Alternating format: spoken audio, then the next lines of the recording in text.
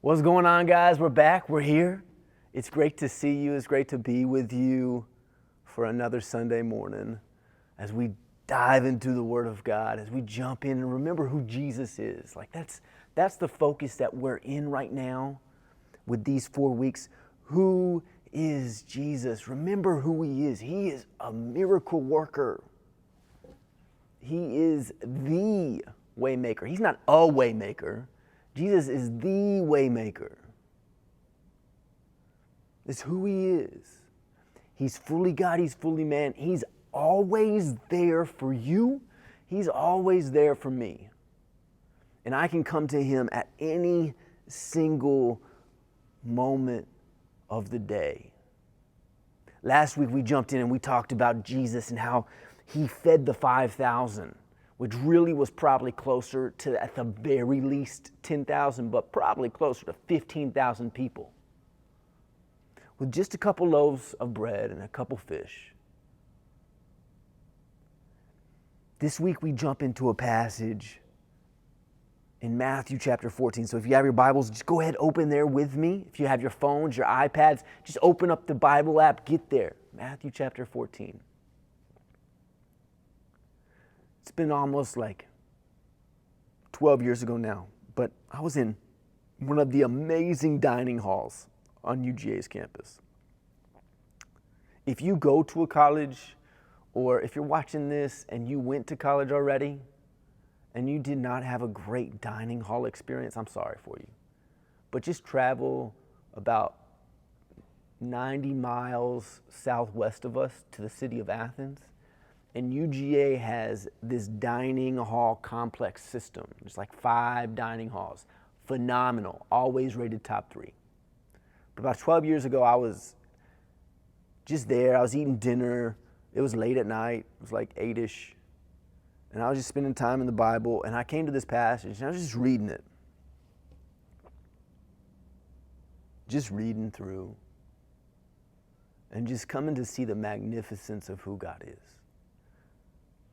Coming to see who the magnificence of Jesus is and how deeply loved I was 12 years ago. And every time I come back to this passage, I'm reminded of how deeply loved I am by the Father. And it's one of those passages that you're like, really, Andrew? Really?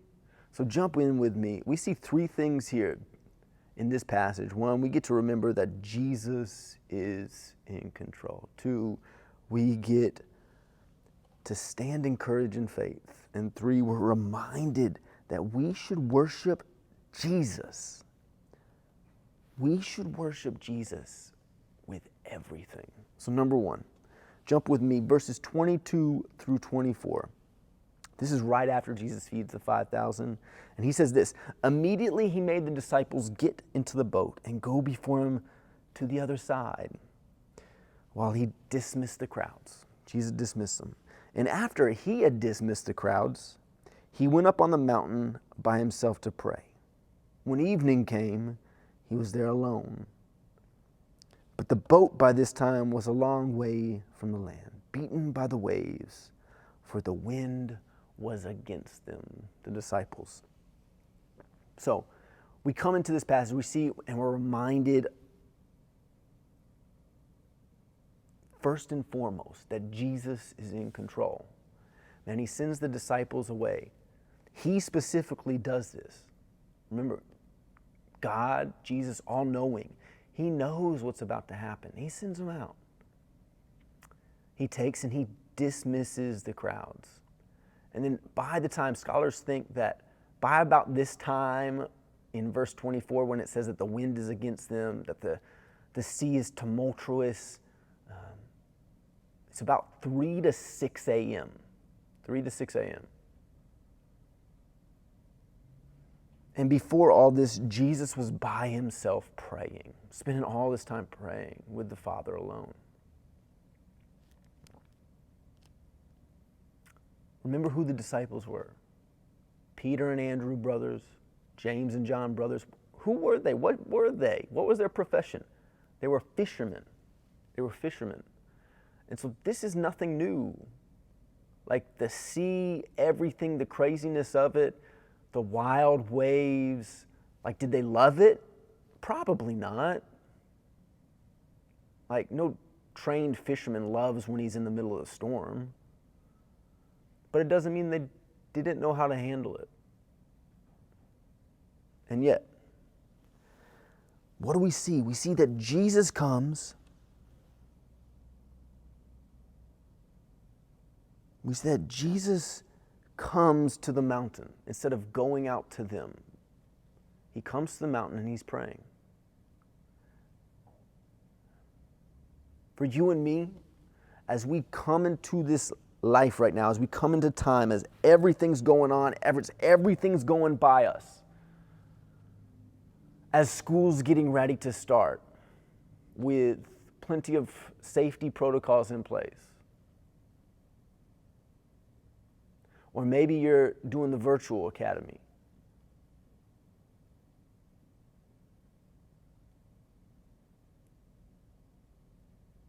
or maybe as you sit here and you think, man, I've got to walk into a Walmart and I have to wear a mask. Something new, something different. Andrew, the sports that I'm playing, everything's different. Everything's different. Then what do we remember? What do we remind ourselves of? What do we let our minds, and more importantly, our hearts and our souls meditate upon and dwell upon and come to? That's a question to ask. Like every single day,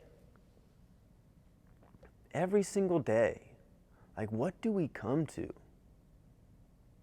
And it's one of the crazy things, like I look in, we can come to the scripture and we know that in the Word, in the Bible, Jesus, who he says he is, he's God and he's man. But just think about this for just a split second.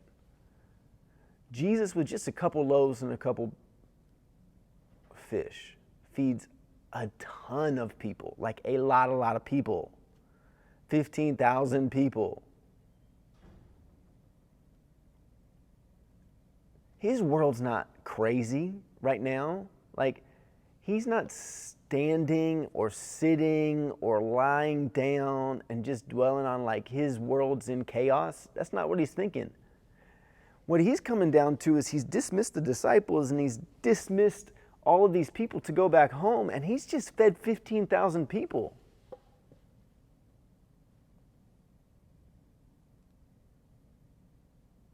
The natural human adrenaline going through his body had to be kind of wild. And what does he do? So understand this, not just in the hard moments, but in the crazy happy moments of yourself, of myself. Notice what Jesus does. He spends time praying. I was listening to a professor the other day, and he was just talking through prayer, talking about prayer, and talking about his passion for prayer, and how his desire is to pray without ceasing, like just to have this heart set and mindset of prayer. And he says, he's in his 50s, and he's like, I'm nowhere near there. It's like, I'm nowhere near there. It's like, that's my passion, that's my heart. And when we spend time in prayer, when we spend time coming before the Lord, guess what? We're going to remember who's in control and who's not. And that, by the way, is my alarm. So,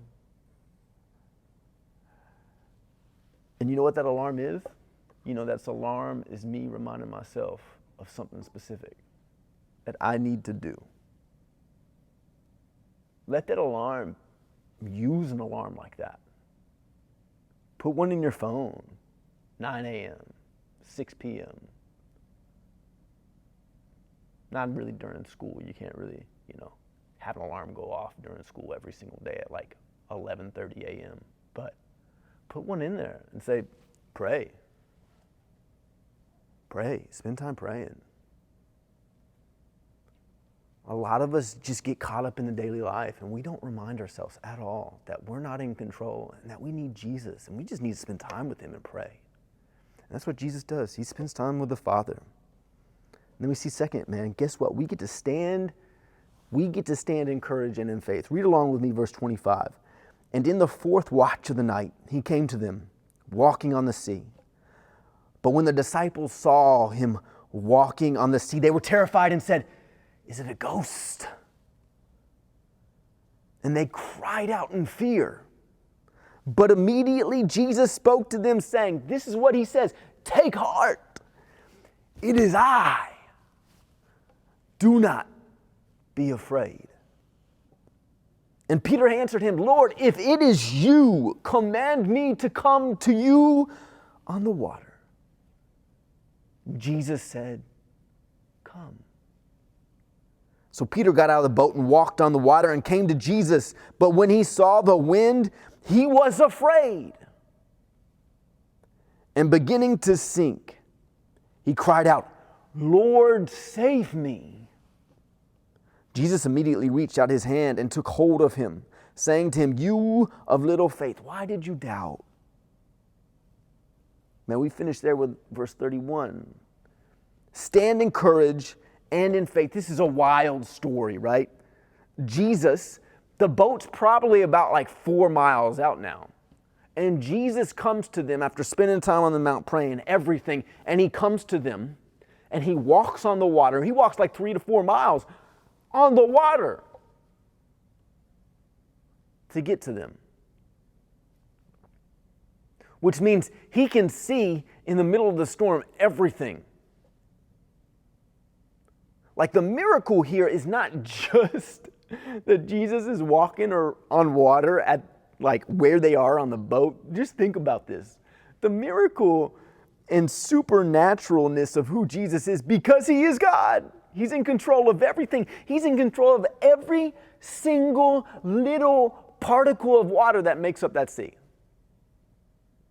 All of it. Why? Because back in Genesis 1, we are reminded that he was there and all things are created through him and by him and for him. Jesus created all of it. He's in control of it. So he's able to see 4 miles out to where the boat is. He's able to get there and he's able to see and walk through the storm. Whatever storm you're facing in life, whenever you face a storm in life, right now as maybe a 12-year-old or in 20 years when you're 32. Right now when you're a 17-year-old guy running into your last year of high school, or in 4 years as you're running into your last year at whatever college you decide to go to, or wherever you are at working, maybe you're in the military. And you're in a storm, remember who is always there. And guess what he tells you and he tells me to do? He says this: stand in courage and stand in faith because I'm there with you. That's what he says. That's what he told Peter to do. And we come to Peter, and what's wild to me is, I don't know if you caught on to this, and my question for you is this: when's the last time you saw the wind? Can't remember the last time I saw the wind. I saw the effects of the wind, like leaves rustling, sandstorms happening on the beach. It says that when Peter saw the wind, he became afraid. And who knows, maybe it's just the effects of the wind, but think about this, the wind. He saw the wind, he was afraid. We like to harp on Peter in this one for his lack of faith. But notice what he actually does in the middle of the storm, in difficulty, when he's sinking and he's going down and he needs Jesus. He doesn't say, "Man, I'm going to start swimming. I'm going to try to get back to the boat myself." He says,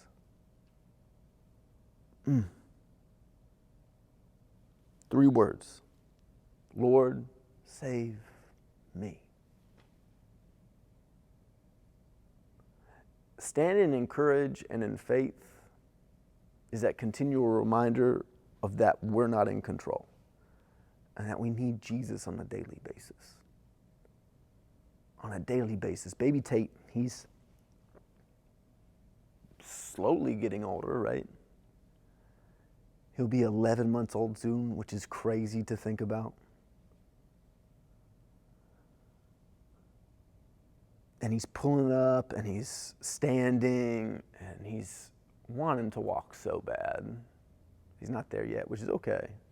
But the other morning, he pulled up just on my pants and was standing right there by me. And then he let go and he was just like standing there, all on his own, so proud, smiling big. And he's standing and he has this courage to stand without holding on to me. But he's also standing there in faith that if something were to happen, I'm right there.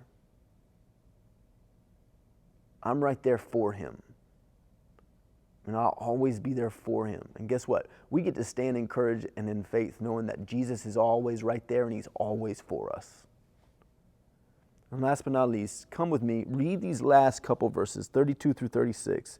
Man, let's worship Jesus with everything. And when they got into the boat, the wind ceased, it says. And those in the boat worshiped him, saying, truly you are the Son of God. Remember who's in the boat, his disciples, his 12 closest friends, his closest camaraderie, his disciples, and they say, truly you are the Son of God. We just saw you feed 15,000 people, but guess what? We saw you just walk on the water, but more than that, we saw you save our friend.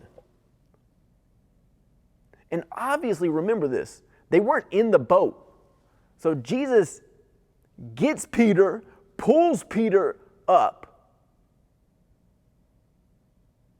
Think about that. Jesus is walking on water. He's in control of the water. Not only is he just standing on water, but the water's like flat ground to him. And he pulls Peter up and they walk in, get in the boat together. Truly you are the Son of God. And when they had crossed over, they came to land at Gennesaret. And when the men of the land recognized him, they sent around to all that region and brought to him all who were sick and implored him that they might only touch the fringe of his garment. And as many as touched it were healed. Guess what? And the disciples, they proclaimed greatly who Jesus was. They worshiped him with everything, and they proclaimed it. Jesus, you are the Son of God. We're going to do it all with our lives. We're going to proclaim you with all of our life. And we want all people to know you. So when we get to this area that maybe we've never been before, or maybe we have been there, but we wouldn't do this normally, Gennesaret.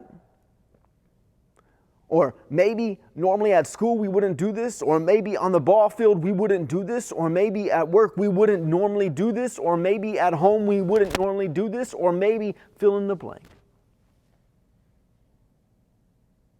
We're going to proclaim greatly to the world that truly you are the Son of God, and that these people who are sick, that need healing, not just physically but spiritually, they need you. Man, we want them to come to you. Worship him with everything doesn't just mean on a Sunday morning or a Wednesday night just lifting up your voice and singing a song to him, or maybe not falling asleep during the sermon. Man, worshiping him with everything means every single footstep that you take, wherever you take it. Man, you want to see people come to know Jesus, that you're excited about him, that you love him and you're thankful for him, and you want to be taught and you want more of him. You want more of Jesus on a daily basis. Worship him with everything. Worship him with everything. I had this buddy who loved the Beatles when we were in high school. And the Love album had just come out. I think it was like November of 2006. And I can remember the next day he came into band. He was like, man, have you listened to this? And I was like, nah, I haven't heard that. He said, you got to hear this. And so he had convinced me. The passion, the joy that he had so much greatly for this one album pushed me to want to listen to it. Do our lives proclaim Jesus in such a way that we're worshiping Him with everything that we have, so much so that people look at us and say, man, I want that. These people of Gennesaret saw these disciples, saw how excited these disciples were as they got out of the boat. Might have been at 3 in the afternoon, probably not, probably closer to 6 a.m. to 7 a.m. And these dudes were amped, and it was early in the morning. And most people are not morning people. If you're a morning person, more power to you. But most people are morning people, amped. And guess what? The people saw that, and then they saw who was with them, and they're like, that's why they're amped. It's Jesus. Is that us? Is that us? Man, I love you guys. I'm thankful for you guys. Remember this. Remember that Jesus is always in control. He's always there for you. That we get to stand in courage and in faith. 2, and number 3, man, we get to worship Him with everything. I love you guys, and I'll see you later. Peace.